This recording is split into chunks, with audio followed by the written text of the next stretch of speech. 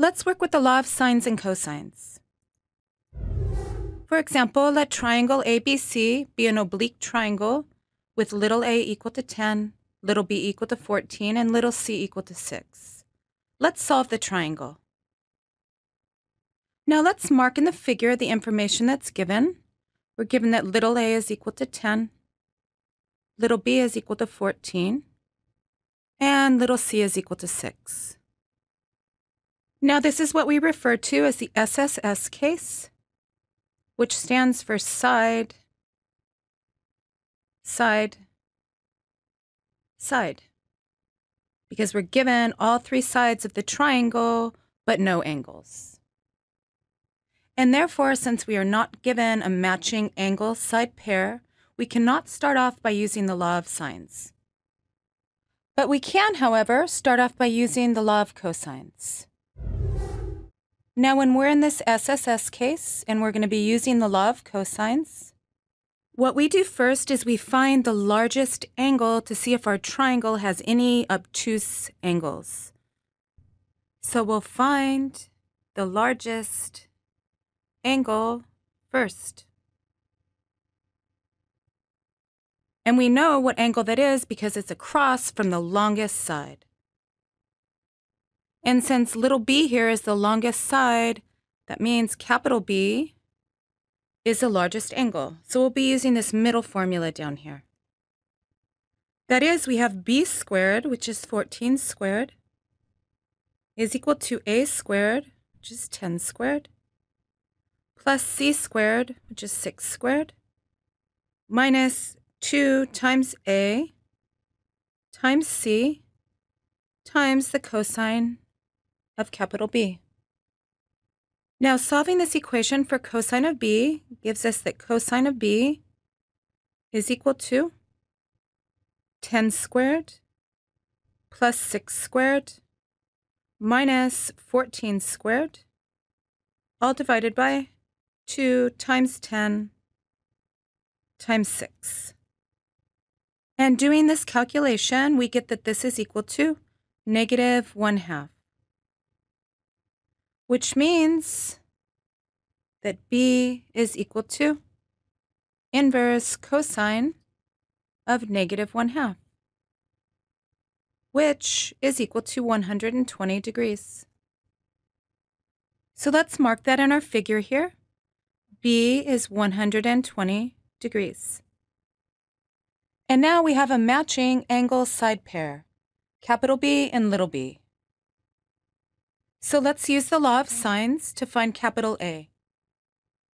That is, we have sine of capital A divided by little a is equal to sine of capital B divided by little b, or sine of capital A is equal to little a times sine of capital B divided by little b, which is equal to 10 times sine of 120 degrees divided by 14.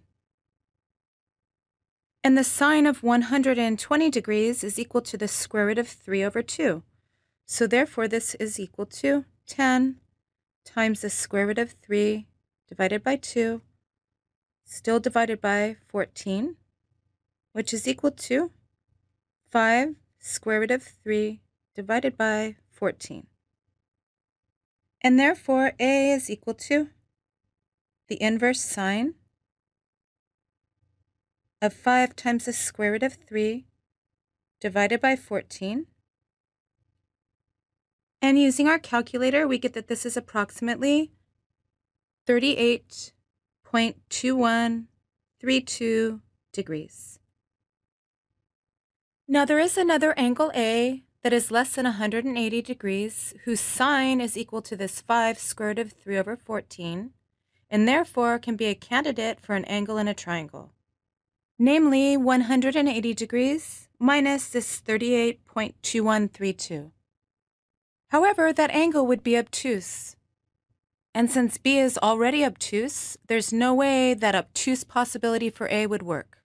Because remember, there can be at most one obtuse angle in a triangle. Therefore, A is this 38.2132 degrees. So let's write that in our figure up here.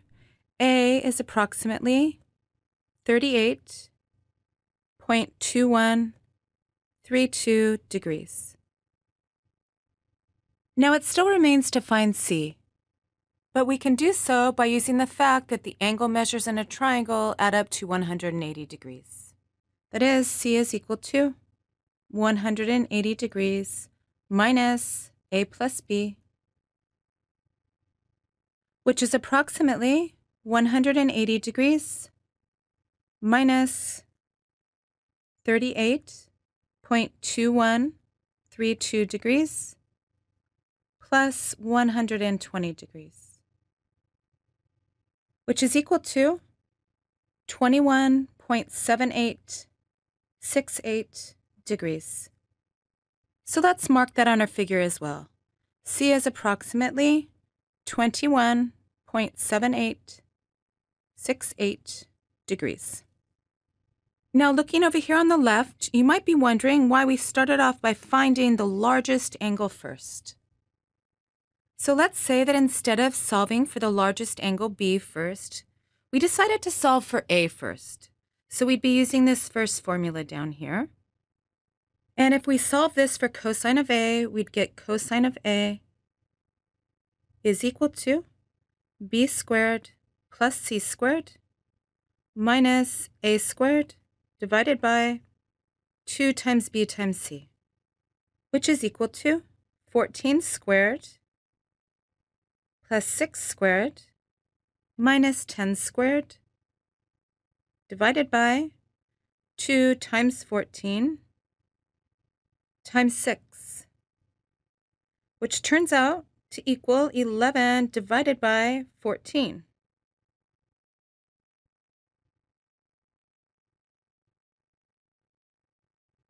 And therefore, A is equal to inverse cosine of 11 divided by 14, which is approximately 38.2132, which is the same answer that we found. But now if we use the law of sines to try to find capital B, we have that sine of capital B divided by little b is equal to sine of capital A divided by little a, or sine of B is equal to B times sine of A divided by A. That is, sine of B is equal to 14 times sine of this inverse cosine of 11 divided by 14, and we're using this exact value here to minimize rounding error, divided by A, which is 10. And therefore, B is equal to inverse sine of this whole quantity here, 14 times sine of inverse cosine of 11 divided by 14, all divided by 10, which is equal to 60 degrees. And then we'd get that C is equal to 180 degrees minus A plus B, which would be approximately 81.7868 degrees, which is wrong, because how can capital C be larger than capital B? Looking over here in our triangle, little c is smaller than little b, and therefore capital C has to be smaller than capital B. But what students forget, looking back over here on the right, this angle of 60 degrees is not the only angle whose sine is equal to this quantity here, is it? There's also 180 degrees minus this, and looking back up here is this 120 degrees. But by solving for the largest angle first and assessing whether or not there's an obtuse angle in the triangle, then we know that the other two angles have to be acute. And we wouldn't have to worry about the other possibility for b. So if you always solve for the largest angle first, then the other two have to be acute. So be careful with the SSS case. Thank you, and we'll see you next time.